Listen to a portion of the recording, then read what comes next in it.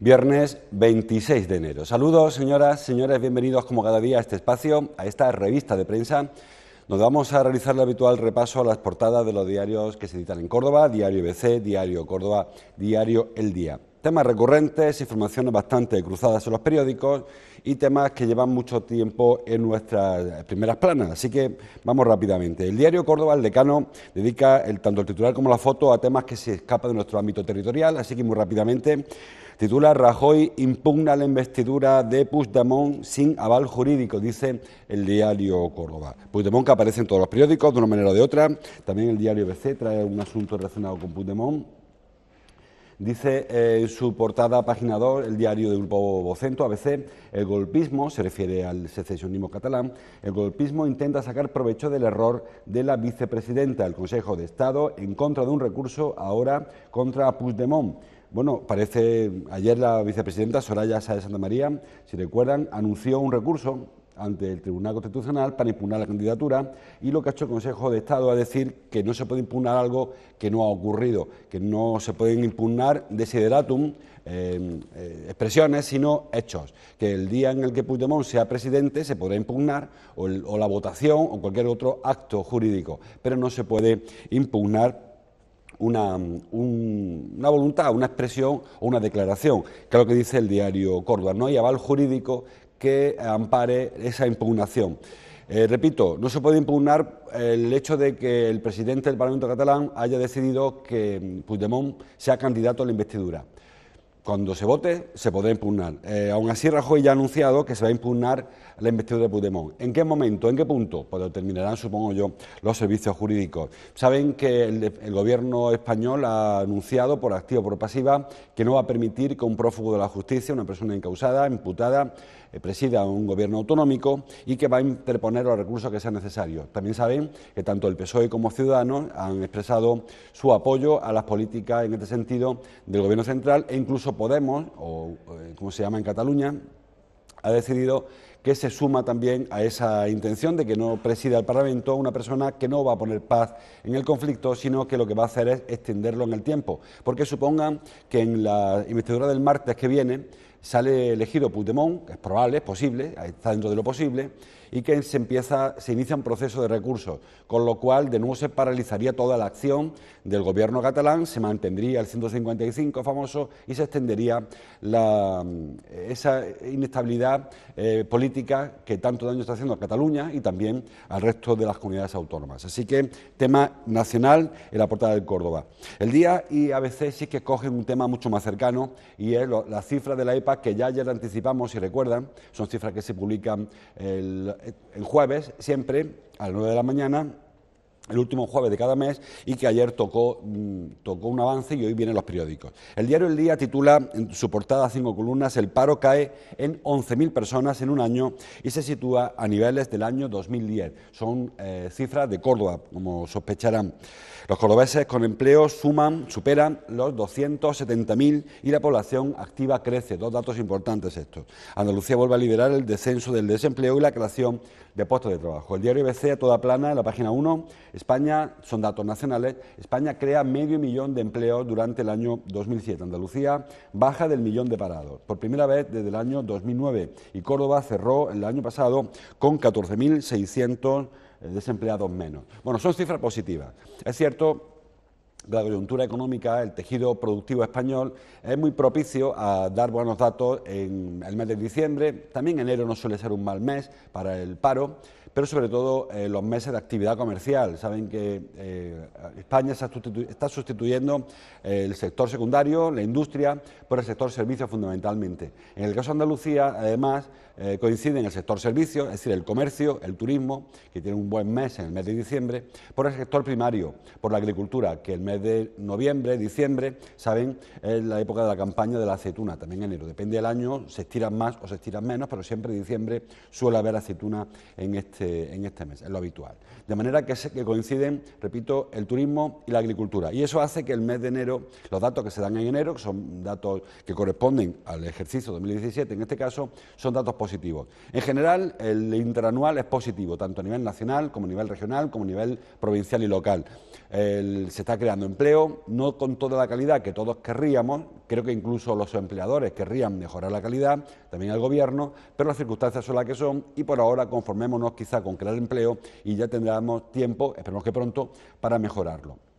En principio, crece la población activa, algo muy importante, porque saben que en los últimos años, durante la crisis, no solamente había más paro, sino que había menos trabajadores. Aunque parezca un perogrullo, no es tal, porque puede ser que con la misma población, con el mismo número de trabajadores, algunos se marchen de la provincia por razones fundamentalmente económicas, y descienda el número del paro, no porque haya menos paro, sino porque hay menos trabajadores. En este caso crecen los trabajadores y crece o disminuye el número de parados. Es decir, ahora hay más cotizantes. Saben que hay un problema con las pensiones, con la financiación del sistema de pensiones, y para ello es fundamental que aumente el número de cotizantes, de cotizaciones a la seguridad social, de trabajadores empleados y cotizando para la seguridad social. No para la suya, cada cual de los trabajadores no cotizamos por nosotros, sino porque en esa hora reciben una prestación.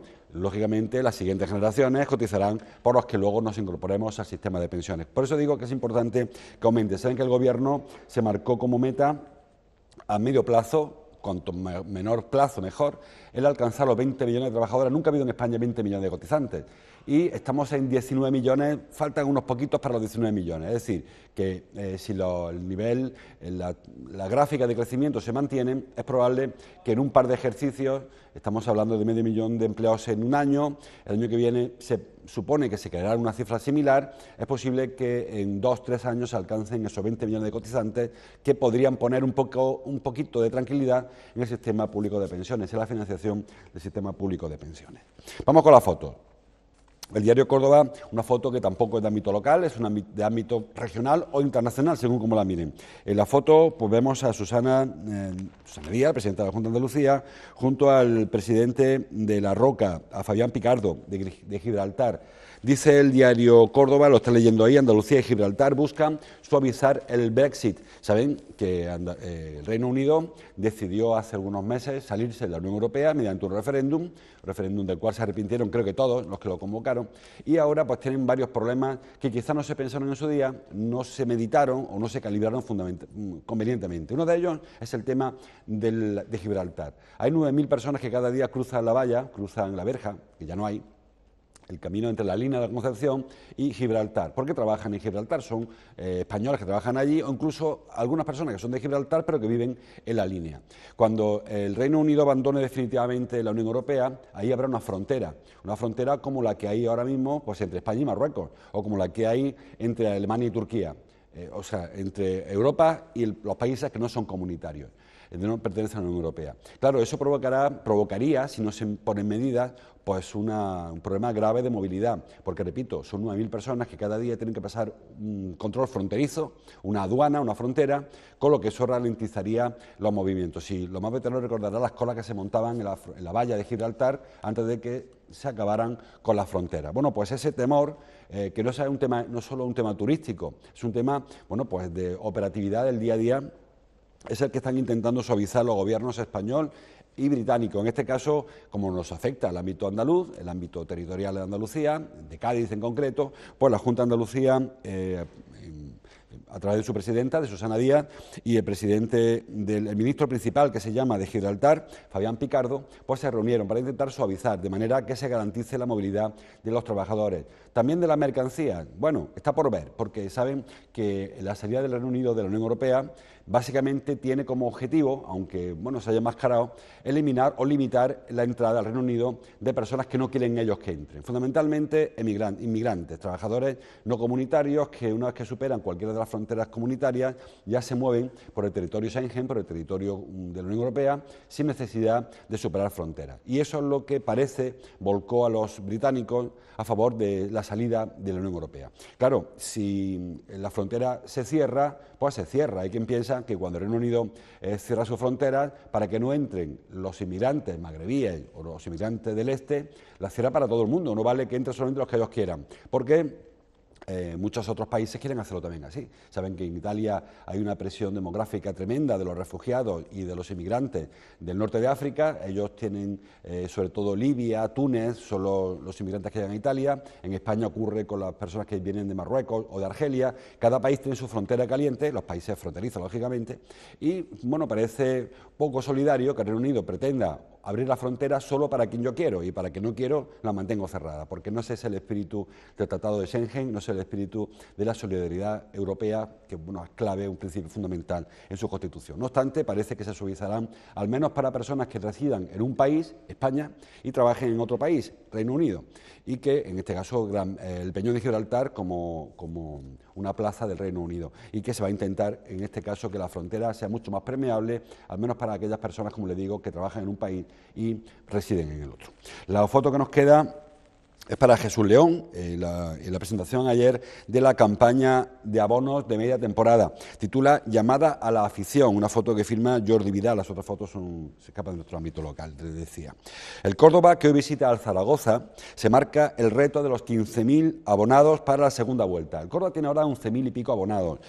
¿Cómo lo ha hecho? Pues bajando mucho los precios. Titula el diario Córdoba, en este sentido, el Córdoba Club de Fútbol pone los abonos a mitad de precio. También dice en lo deportivo que el equipo tratará de conseguir hoy en la Romareda su segunda victoria a domicilio de la temporada. Ha habido un partido solo que ha terminado fuera del Arcángel, que ha terminado con victoria para nosotros, para nuestros intereses.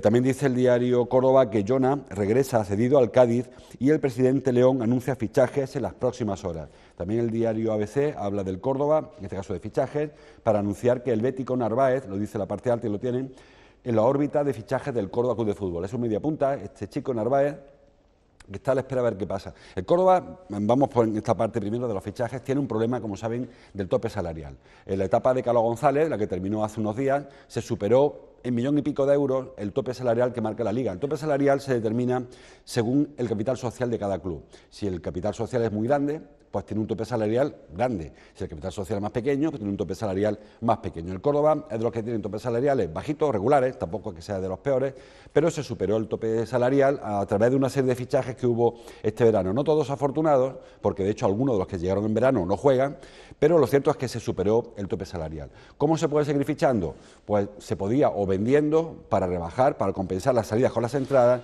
o aumentando el capital social, es decir, poniendo más dinero en lo alto de la mesa. Saben que un club, el capital social, el tope salarial es el 25% del capital social, es decir, que para conseguir 500.000 euros más para fichar hay que meter en la caja 2 millones de euros.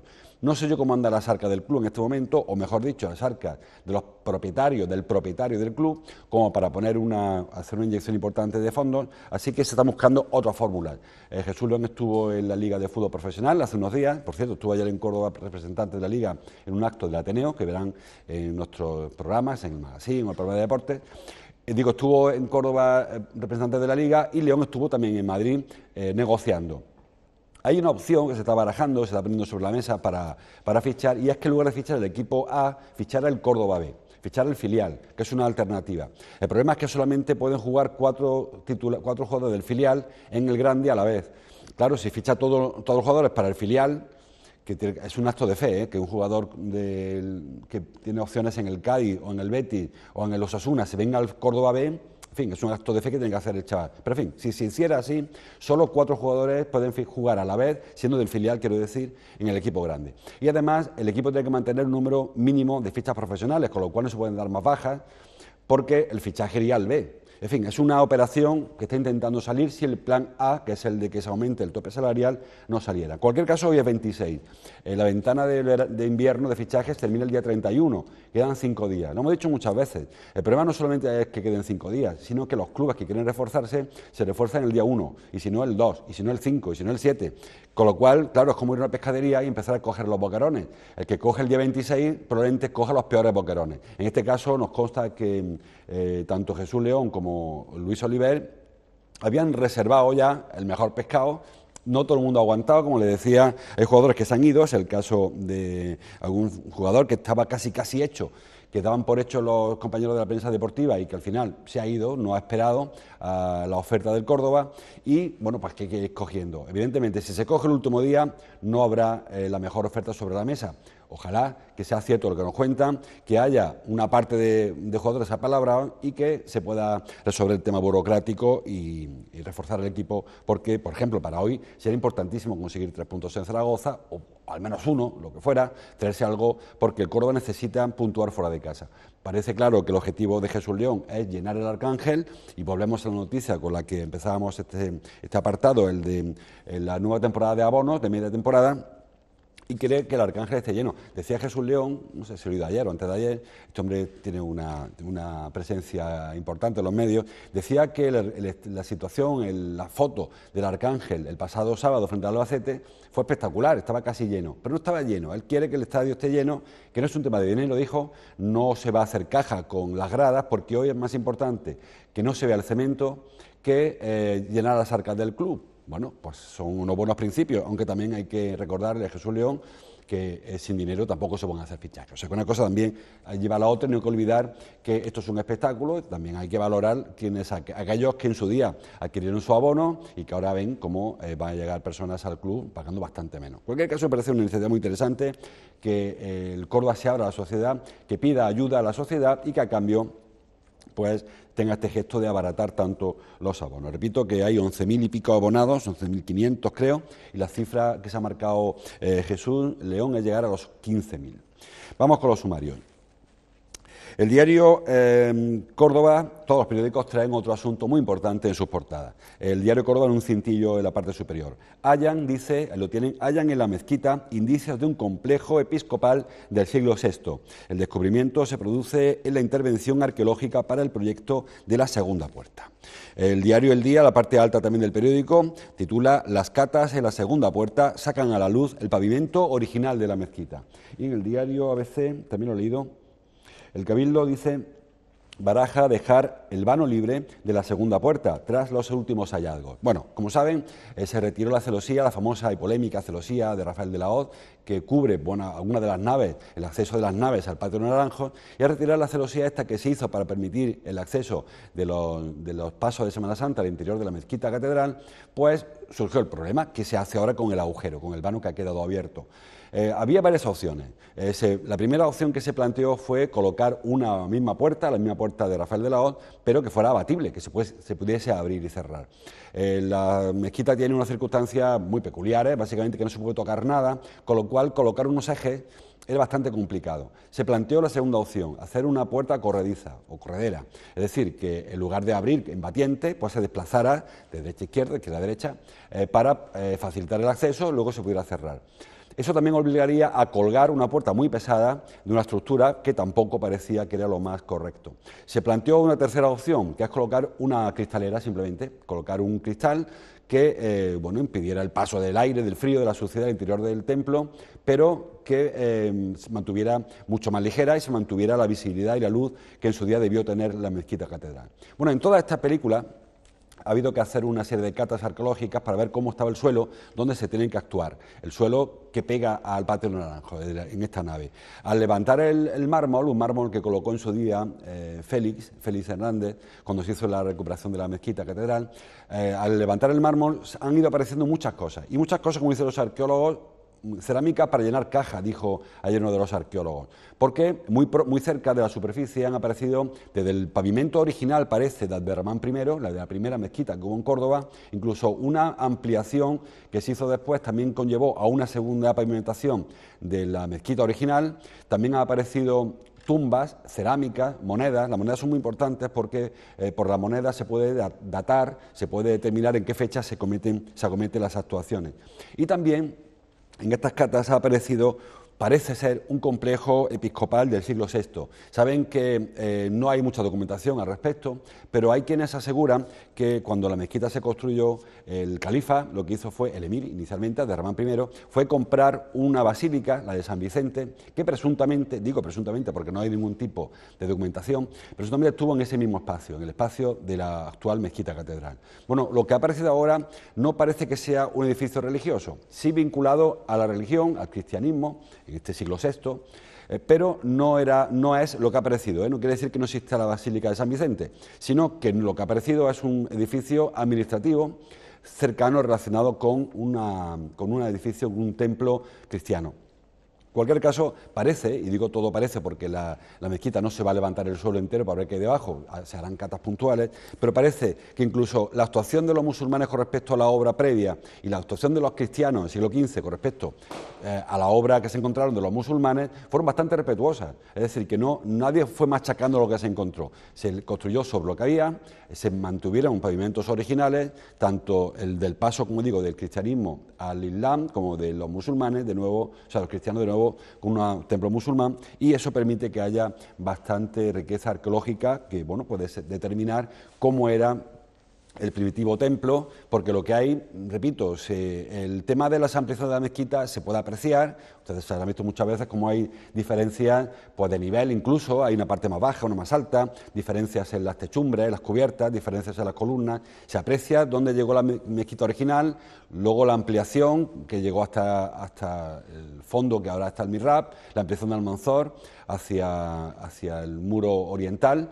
Todo eso se puede ver bastante a simple vista solamente mirando las cubiertas o los niveles, distintos niveles.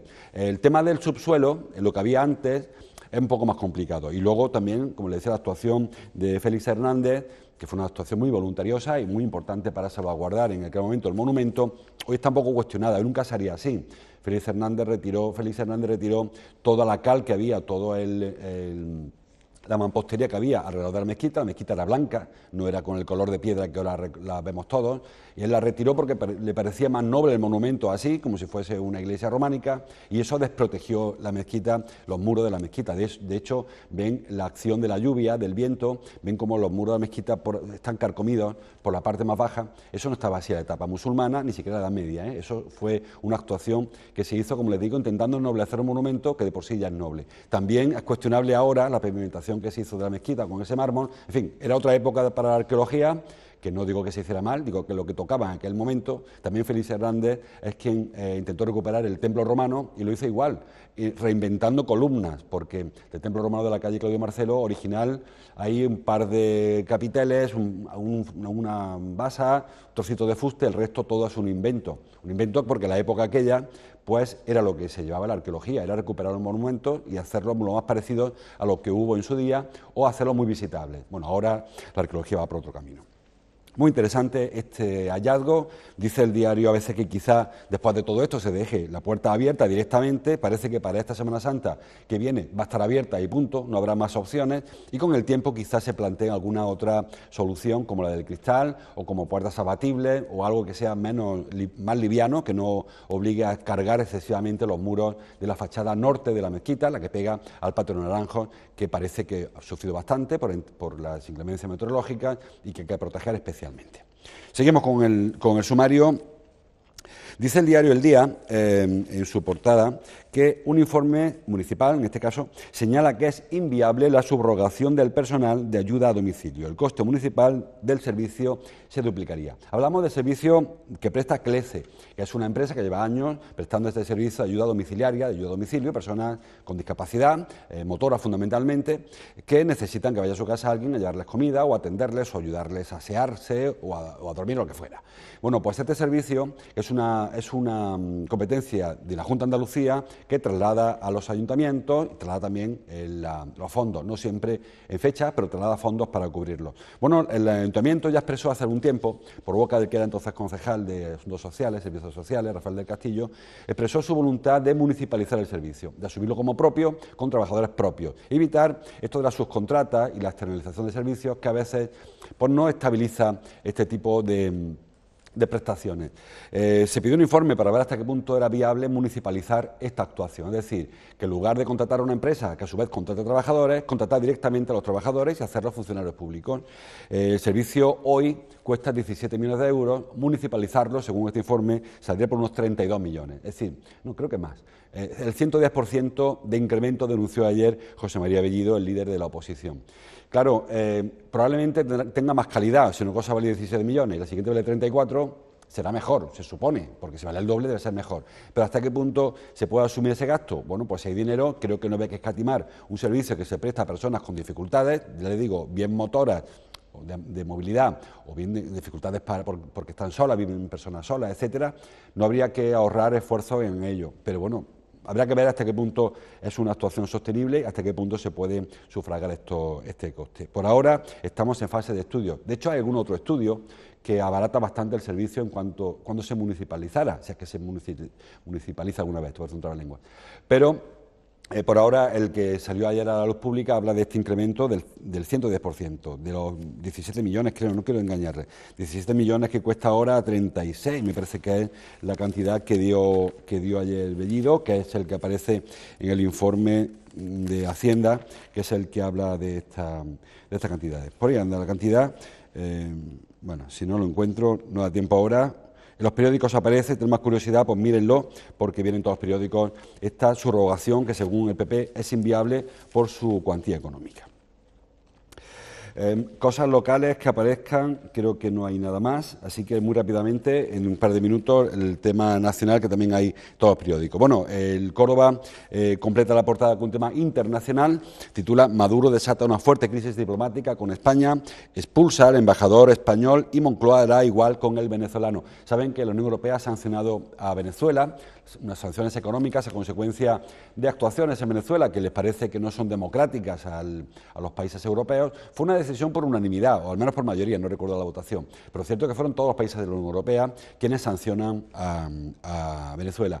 Maduro, que tiene obsesión con España, o sobre todo con Rajoy, pues en lugar de castigarlo a todos, castiga fundamentalmente a España y ha expulsado, ha retirado las credenciales a nuestro embajador en Caracas. Bueno, pues si no tiene credenciales tendrá que venirse. Lógicamente, cuando esto ocurre, no es la primera vez que ocurre, no con Venezuela, sino con muchos países, que hay un encontronazo entre dos países y se retiran los embajadores. Es decir, como que no me hablo contigo ya, para que nos entendamos, ¿no? Bueno, pues cuando un país expulsa al embajador, el otro recíprocamente expulsa al del otro. Es decir, que igual que Venezuela ha expulsado a nuestro embajador en Caracas, España expulsará al embajador en Madrid de Venezuela. Que yo creo que mejor tener a alguien dentro, cerquita, para hablar, que no tenerlo lejos, porque si hay que arreglar un problema, más fácil tenerlo a mano. Bueno, son gestos que habitualmente se resuelven por la vía diplomática, los ministros de Exteriores de uno y otro país se reunirán, hablarán, los jefes de gobierno hablarán y se recompondrán, se supone, este tipo de diálogos porque son fundamentales. Pero inicialmente ha sido en este caso Venezuela quien da el primer paso en represalia, se supone, o en respuesta a una sanción de la Unión Europea. En el diario El Día hay una información, un reportaje sobre la atención psicológica a menores víctimas de la violencia de género. Víctimas ellos o víctimas sus madres, ¿no? Y que ellos son también quienes necesitan terapia. Titula Terapia para rehacer la vida. El Instituto Andaluz de la Mujer atiende a 60 menores hijos de víctimas de maltrato durante el último año. Muchas veces o dejamos de pensar en los pequeños, ¿no? Siempre miramos a la agredida, a la víctima en ese momento, que es la mujer, que sufre acoso y agresión y maltrato psicológico o físico en su hogar, a veces incluso la muerte, pero hay una víctima que son más importantes quizás porque tienen menos culpa, o si existe alguna culpa, en este caso ninguna culpa, de la situación que viven sus padres y que sí que llevan toda su vida luego esa carga. Bueno, pues no hay que olvidarlo, saben que cuando se habla de protocolo de atención a la víctima siempre se incluyen a los pequeños y cada vez más está incorporado a los tratamientos terapéuticos, en este caso psicológicos, para que no tengan secuelas y además un efecto muy perverso que tiene, es la repetición de hábitos. Si un menor está viendo cómo el padre agrede a su madre, puede haber dos cosas, o que eso le traumatice, que es lo más habitual, o que incluso repitan hechos, repitan hábitos porque lo vean normal. Las dos situaciones son especialmente crueles, tanto en el caso de que se condene a un pequeño a repetir la actitud de un padre machista, como se condena a un pequeño, o una pequeña, me da igual, a vivir con el estigma de ver cómo su padre agrede a su madre. En una situación familiar donde tiene que imperar el amor, el cariño, la fraternidad, etcétera, etcétera, pues esa situación, como comprenderán, es insoportable y hay que trabajar con las mujeres y también, sobre todo, con los pequeños. El diario El Día termina su portada hablando de Francisco Camps, o de Francesc Camps, o de Paco Camps, como quieran llamarle, cada cual de una manera, porque después de las declaraciones de Ricardo Costa el otro día, parece, dice el diario El Día, que Anticorrupción puede investigar a Camps tras el juicio de la Gürtel. Saben que Camps, inicialmente, que fuera presidente de la Comunidad Valenciana, también presidente del PP en Valencia, salió indemne de esta película porque no estaba imputado. Era un asunto de Correa, del bigote este famoso, incluso Ricardo Costa, otros empresarios, alguien del partido en Valencia, pero él quedó al margen. Ahora parece que de lo que se ha dicho en el juicio puede deducirse una causa independiente aparte en el que sí se ve afectado Camps, porque hasta ahora los delitos que se están tratando habían prescrito para él. No me pregunten por qué, porque es incomprensible, pero es cierto que estaba juzgando a personas por pagarle a él, los otros podían acabar en la cárcel, pero él, el que cobraba todo esto presuntamente, pues no puede ser juzgado. Bueno, si sea una causa aparte, una nueva causa o una pieza separada, sí que podría sentarse en el banquillo, ya no como testigo, que parece que es lo que va a hacer inminentemente, sino incluso como investigado, como imputado o como acusado, porque la terminología jurídica saben que ha cambiado, quizá para proteger en ocasiones en exceso a los presuntos delincuentes. El diario ABC, foto para Javier Sierra, que estuvo ayer en Córdoba, el ganador del Último Planeta, con un entrecomillado: el ruido es enemigo de la creatividad. Ayer presentó ante un nutrido público su premiada obra El fuego invisible. Bueno, Javier Sierra es un autor reconocidísimo, que tampoco voy a inventar yo ahora, y que ayer pues fue uno de los acontecimientos culturales de la noche del jueves. El tema de Venezuela, también en la portada de la ABC. Venezuela expulsa al embajador de España en Caracas, como decíamos, por las continuas agresiones. Ha personalizado en España por las agresiones, dice él, que está sufriendo todo el mundo, porque el resto de países no ven las conductas de Maduro o de su gobierno o bueno, del Parlamento incluso venezolano dentro de la práctica democrática. Y eso, como no hay forma de castigar de otra manera, se castiga económicamente. Básicamente, un castigo económico, una sanción económica, consiste en limitar exportaciones, limitar importaciones, limitar los negocios con ese país e incluso castigar a empresas que negocien con Venezuela. Es decir, si un país decide que no se negocia con Venezuela, pues empresas que a lo mejor estaban enviando a Venezuela, pues no sé, repuestos de camiones, pues tienen que dejar de hacerlo, con lo cual se ve muy perjudicada la economía de esos países. No es, repito, España solo quien sanciona a Venezuela, es la Unión Europea, son más países también, aparte de la Unión Europea, pero Maduro, que tiene un poco de obsesión con Rajoy, no sé si la obsesión está justificada o no, pero la tiene, pues ha centrado en España inicialmente esa respuesta, expulsando a nuestro embajador en Caracas. Y, bueno, otro asunto más, y así aquí sí que terminamos, titula: anestesistas sin título homologado asisten a pacientes en un quirófano de un hospital de Jaén. Bueno, es una práctica que no es la primera que se denuncia, ¿eh? No es que no sean anestesistas, es que su título son de otros países, en este caso son de Senegal, creo, no, de Venezuela, bueno, también había alguno de Senegal por ahí, en este caso son de Venezuela. Tienen su titulación de médico anestesista en su universidad de su país y no se homologa al llegar a nuestro país. Es algo necesario la homologación, porque no solamente por los conocimientos, sino porque las prácticas médicas no son siempre iguales en un país que en otro. En este caso se denunció en su día que hay anestesistas, repito, no solamente de Venezuela, en este caso habla ABC de Venezuela en Jaén, pero he conocido otros países, que su título no es homologable, es decir, en aras a su título no tienen titulación suficiente para ejercer esa profesión.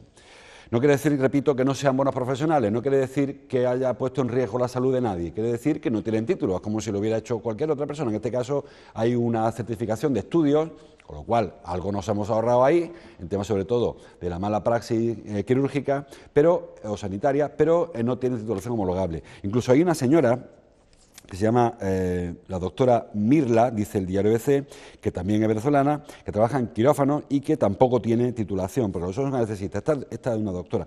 Repito, no significa que no estén cualificados para su trabajo, significa que su titulación no se ha homologado en España. No sé si es fácil o es complicado homologarlo, pero lo cierto es que habría que tener más atención, más cuidado con este tipo de prácticas. Saben que de cuando en cuando aparecen facultativos, presuntos facultativos, que abren su consulta y que luego alguien les denuncia, se le piden papeles y resulta que no acabaron la carrera o que la tienen a medio hacer o que hicieron otra especialidad o que, como en este caso, le cursaron en otro país y no la homologaron. Bueno, creo que hay una serie de obligaciones de vigilancia, en este caso de la Administración, que habría que exigir, ¿no? Porque para otras profesiones sí que se exige y mucho presentación de certificados, diplomas, títulos, etcétera. Parece inconcebible que un médico pueda llegar a abrir una consulta sin que le pregunte a alguien si él tiene título y que nota sacó. A lo mejor es interesante saber si aprobó por los pelos o sacó matriculado o no. Aparte bromas, me parece grave que puedan trabajar personas sin titulación en una área tan delicada como es la sanidad. Así que a ver si se resuelve y igual lo fácil es homologar el título solo, no creo que haya que prescindir de ellos, si son unos profesionales, como homologuen su título, sean tanto si son de Venezuela como si son de Senegal o de donde vengan y que trabajen donde tengan que hacerlo, desempeñándose una labor fundamental. Lo dejamos aquí. Si no se echa el tiempo encima, como cada día les agradezco su atención, les invito a que sigan con la programación y nosotros vemos el próximo lunes a seguir leyendo junto a la prensa. Hasta entonces, como siempre, gracias por su atención.